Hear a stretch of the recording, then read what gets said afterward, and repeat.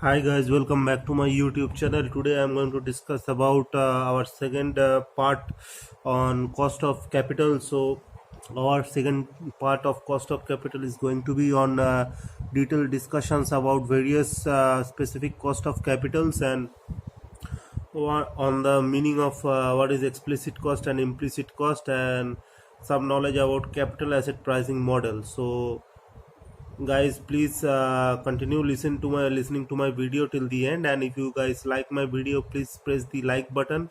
And if you want to get more updates on this kind of related videos, so please press the bell icon on the subscribe button, and to get the latest videos updated on your phone.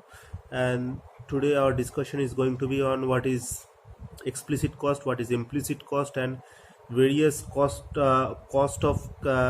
involved in various through various sources of fund. And our video is going to be a little big today, so guys, please have patience and listen to the video till the end to get a better idea about different cost of capital. Now our cost of capital chapter I have made part 1, and today is going to be the part 2 of the chapter, and this is the last part of this chapter. So there will be no other part of this chapter, and next video is going to be on different chapters. So guys, listen to the video to get the brief knowledge about what is cost of capital. Now first our topic is going to be on what is explicit cost and what is implicit cost. Now let me tell you what is explicit cost. Explicit cost are those costs which are directly involved in our business activities. Now explicit costs are normal business cost. Rako. Explicit costs are normal business costs that appears in the general ledger and directly affect a company's profitability. Explicit costs have clearly defined amount which flows through the income statement. Examples of explicit cost include wage, lease payment, utilities, purchase of raw materials, and other direct costs. It is the normal business cost, the regular business cost which business incurs day to day for carrying on their business activities. And next is explicit cost involve tangible assets, monetary transactions, and result in real business opportunities. Explicit costs are easy to identify, record, and audit because of their paper trail. It is easy to identify a explicit cost, it is easy to record a explicit cost, it is easy to get audit of explicit cost, because explicit costs are a real cost of the business. Expenses relating to advertising, supplies, utilities, inventories, and purchase of equipment are example of explicit cost. Although the depreciation of assets is not an activity that can be tangibly traced, it is not an activity which can be tangible, which can be seen in the real sense or in real eyes. So it has to be intangible. So it is included in the explicit cost. Though it is intangible, it is included in the explicit cost. Depreciation of asset is an explicit cost.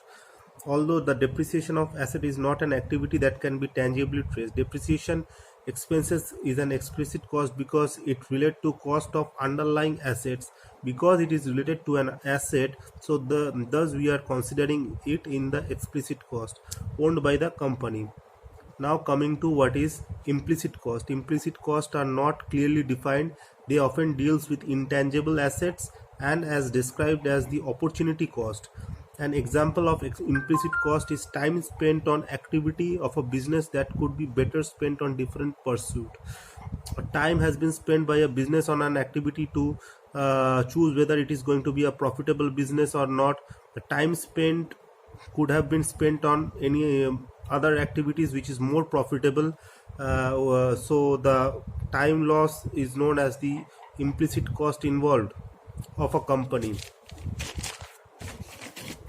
Implicit cost of a capital is technically opportunity cost. It is the opportunity cost. Implicit cost of capital may be defined as the rate of return associated with the best investment opportunity for the firm that will be foregone. The best investment opportunity, such as purchase of a furniture of a company, making of a building for the official purpose. This cost does not give us any kind of return in time. So these costs are the cost involved and it cannot be recovered. So these costs involved implicit cost. These are the cost, implied cost of the business activity. This cost has to be incurred for doing business, and there is no chance to uh, take back to gain from this cost. So these costs are implied cost for the business activity that is foregone if the project presently under consideration is by the firm is accepted. It is the cost which is foregone. Implicit cost is technically opportunity cost. It has to be incurred, but it is calculated while taking profit and loss of the company. Now we are coming to specific cost of capital. Specific cost of capital. Cost of capital in the common sense indicates combined or composite cost of capital. Combined or composite cost of capital is the weighted average cost of capital, and it is the combination of cost of components of capital employed. There are various kind of components of capital employed.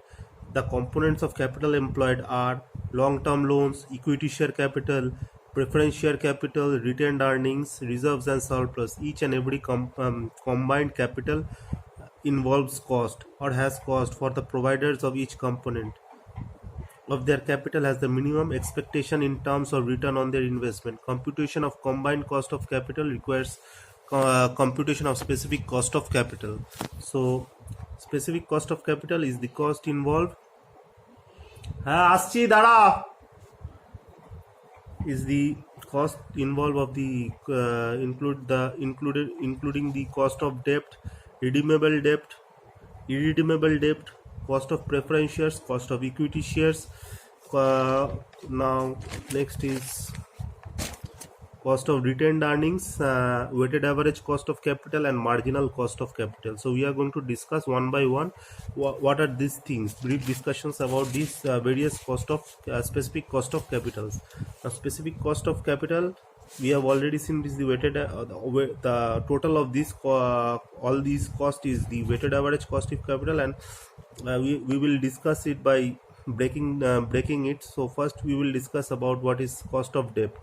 Irredeemable or perpetual debentures are those debentures which do not require to get their principal repaid, as they have an unending life. Interest on debt is paid each and every year and continues for and ever, as the debt is not redeemable debt. In this type of debt, generally higher rate of return involves compared to redeemable debt.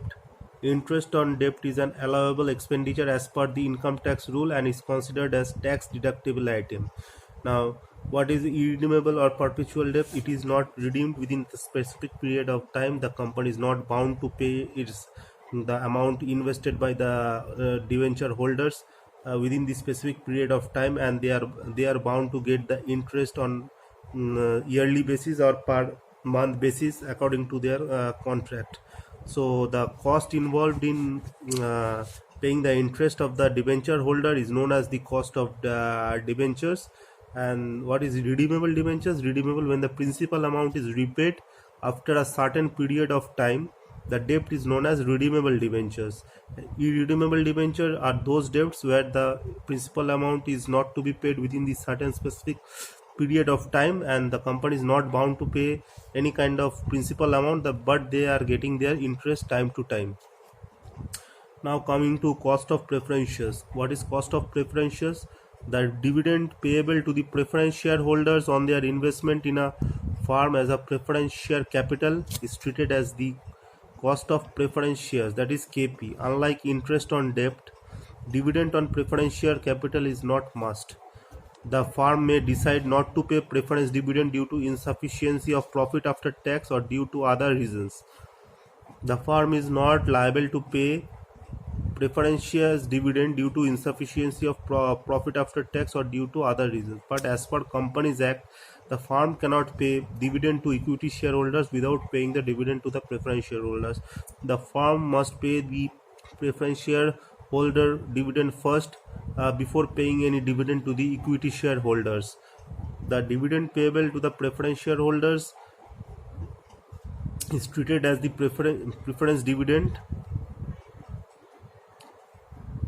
The firm decide not to pay preference dividend due to if there is insufficiency of profit or there is a loss for in the company. The firm is not bound to pay the dividend to the preference shareholders, but the firm has to pay the interest on the debentures holder, but not bound to pay the dividend to the preference shareholders. But if they are paying interest to the equity shareholders, they have to pay interest before to the preference shareholders before paying interest to the equity dividend to the equity shareholders. So the dividend paid to the preference shareholders is the cost involved for raising preference capital. Now coming to cost of equity share capital. Now this is the most difficult component of cost of capital. Sometimes the finance manager are confused in computing the cost of equity capital and thus the overall cost of capital. Equity shareholders invest their money in their firm with an expectations of getting a minimum return. The cost of equity capital is the minimum rate of return on the firm's equity share capital to leave the market value of the share unchanged.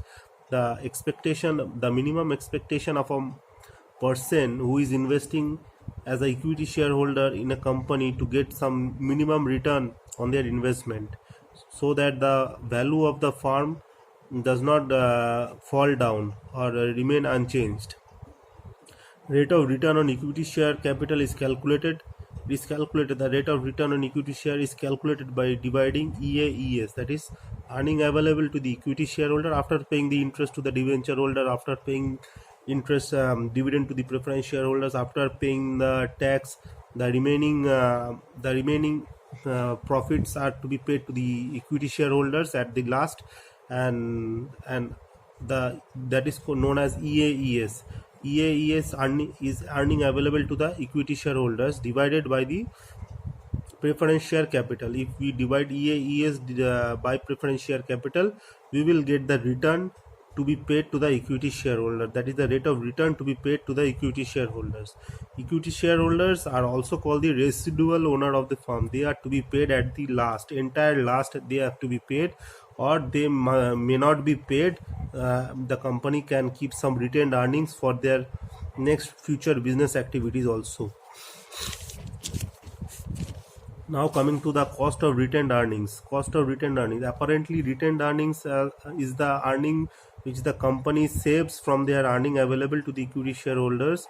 Apparently retained earnings have no cost, but it involve an opportunity cost. When the dividend payout ratio is 100%, the equity shareholder get the full amount of EPS as a way of dividend per share. But if the dividend payout ratio is less than 100%, that is when the firm retains a part of net profit after tax and preference dividend, the equity shareholders are deprived of some percentage of dividend. Thus, the cost of retained earnings may be defined as the opportunity cost of dividend foregone by the equity shareholders. That is, some percentage of dividend is kept with the firm for their future business activities, and the part which is kept within the firm are to be paid to the equity shareholders. But equity shareholders forgoes those dividend in order to increase the market value of the market share price of the firm. Now we are coming to weighted average cost of capital and marginal cost of capital. Weighted average cost of capital is also known as the overall cost of capital, or the composite cost of capital, or combined cost of capital, and denoted by either KW, KO, or KC, small c, small o, small w. In general sense, cost of capital means weighted average cost of capital. which is very important for various decision making factors. It is the weighted average cost of capital, means the total cost of capital of a company. It includes the cost of debt, cost of equity shareholders, cost of preference shareholders. If we do the total of these all costs, then we can get the weighted average cost of capital. And the next come to marginal cost of capital. What is marginal cost? The marginal cost of capital is very important in taking capital budgeting decisions. It is the average cost of additional fund raised by the company. Average cost of the additional fund raised by the company. It may be defined as the cost of obtaining another rupee or additional capital. The cost involved in obtaining new capital is known as the marginal cost of capital. It is also known as the average cost of capital. Now we have completed all kind of cost of capital involved in this chapter. Now next point I am going to discuss is about what is CAPM. Let me give you a short idea about what is a CAPM method. We have completed all the weighted average, marginal cost, everything. So next is what is CAPM method. CAPM is capital asset pricing model. The full form of CAPM is capital asset pricing model. The cost of equity capital, that is KE, can also be computed using CAPM, capital asset pricing model. In this model, cost of equity share is considered as the risk-free rate of return plus a risk premium. Equity shareholders are the highest risk holders in a firm, so to compensate their risks on their investment, they expect a return higher than the risk-free rate of return. CAPM explains the behavior of the security prices and provides a mechanism whereby investors could determine the impact of proposed security investment on their overall risks and return. Actually, it explains the risks required return rate of return for securities. The equity shareholders are the owners of the company, and those holders are eligible to get a higher return than those of the risk-free rate of return holders, such as debenture holders and preference shareholders. The equity shareholders who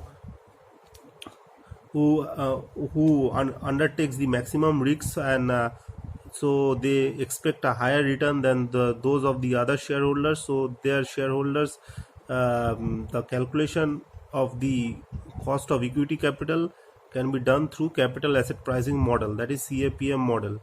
Capital asset pricing model is concerned with two set of questions. What is the appropriate measure of risks for an efficient portfolio, and next is what is the relationship between risks and return for efficient portfolio. What is the appropriate measure of risks for an individual security or an inefficient portfolio? Now, as per capital asset pricing model, the following risk return equation can be given, that is KE equal to RF plus beta in bracket RM minus RF. KE is the cost of equity share capital, RF is the risk-free rate of return, RM is the expected rate of return on the market portfolio, and beta coefficient of the particular security, and beta will be given in the question, and beta is equals to risk premium. Now that's all for today's video, and I hope you guys have got some idea about different cost of capital.